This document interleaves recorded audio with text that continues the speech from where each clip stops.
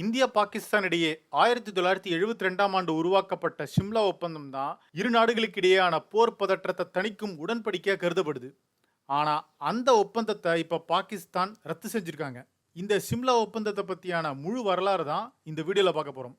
1971ஆம் ஆண்டு கிழக்கு பாகிஸ்தான் சொல்லப்படுற இன்றைய வங்கதேச விடுதலைக்காக இந்தியா பாகிஸ்தான் இடையே யுத்தம் நடந்தது. இந்த போர்ல இந்தியா வரலாற்று சிறப்புமிக்க வெற்றியை பெற்றது. இதன் மூலமா தனி சுதந்திர நாடா உருவானது வங்கதேசம். 1972ஆம் ஆண்டு ஜூலை 2ஆம் தேதி அன்னைக்கு ஷிம்லா ஒப்பந்தம் கையெழுத்தானது. அந்த ஒப்பந்தத்துல அப்போதைய பிரதமர் இந்திரா காந்தியும் பாகிஸ்தான் அதிபர் ஜுபிகர் அலி பூட்டோவும் கையெழுத்திட்டாங்க. ஷிம்லா ஒப்பந்தத்தின் அடிப்படை சாராம்சமே இரு நாடுகளுக்கு இடையே போர் பதற்றத்தை தணிப்பதா இருக்கு. இரு நாடுகளும் பேச்சுவார்த்தை மூலமே தீர்வு காண வலியுறுத்துது. இரு நாடுகளிடையான எல்லை கட்டுப்பாட்டு கோட்டை தனிச்சையா எந்த ஒரு நாடும் மாற்ற முடியாது. இந்த ஒப்பந்தத்தின் கீழே இந்தியாவிடம் இருந்த 90,000 பாகிஸ்தான் போர் கைதிகள் அப்போ ஒப்படைக்கப்பட்டாங்க.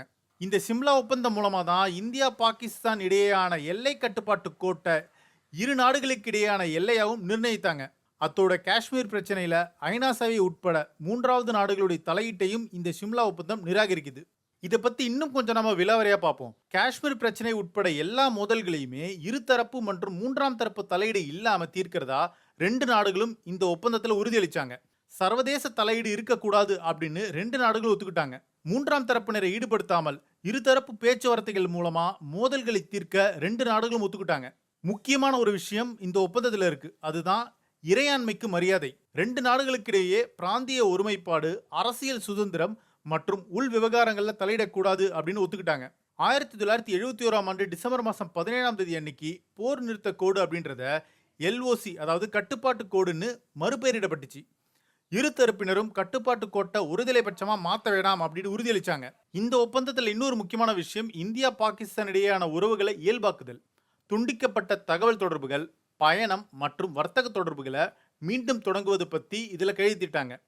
இது இல்லாம பொருளாதாரம் மற்றும் கலாச்சார உறவுகளை மீட்டெடுப்பதற்கான நடவடிக்கைக்கு இந்த ஒப்பந்தம் அழைப்பு விடுத்துச்சு. இந்த சிம்லா ஒப்பந்தம் இந்தியா பாகிஸ்தான் உறவுகள்ல நீடித்த தாக்கத்தை ஏற்படுத்தியிருக்கு. வெளிப்புற தலையீடுகள் இல்லாம இருதரப்பு பிரச்சனைகளை தீர்க்கிறதுக்கான ஒரு முன்னுதாரணமா இந்த ஒப்பந்தம் இருந்துச்சு. ஆக்சுவலா எல்லை கட்டுப்பாடு கோடு அப்படின்ற ஒரு நடைமுறை எல்லையா மாறிச்சு. இது இந்த பிராந்தியத்துல மிகப்பெரிய அளவிலான மோதல்களை குறைச்சுது. இந்த ஒப்பந்தம் இரு நாடுகளுக்கிடையேயான எதிர்கால உரையாடல்கள் மற்றும் நம்பிக்கையை வளர்க்கும் நடவடிக்கைகளுக்கு வழிவகுத்துச்சு. இருந்தாலும் இந்த ஒப்பந்தம் சவால்கள் எதிர்கொண்டுச்சு. இந்தியா பாகிஸ்தான் மேலையும் மற்றும் பாகிஸ்தான் இந்தியா மேலையும் தொடர்ந்து குற்றச்சாட்டு வச்சாங்க. ஸோ இப்படிப்பட்ட ஒரு மிகப்பெரிய வரலாறு இந்த சிம்லா ஒப்பந்தத்துக்கு இருக்கு. அந்த ஒப்பந்தத்தை ரத்து செய்யறதா இப்ப பாகிஸ்தான் அறிவிச்சிருக்காங்க.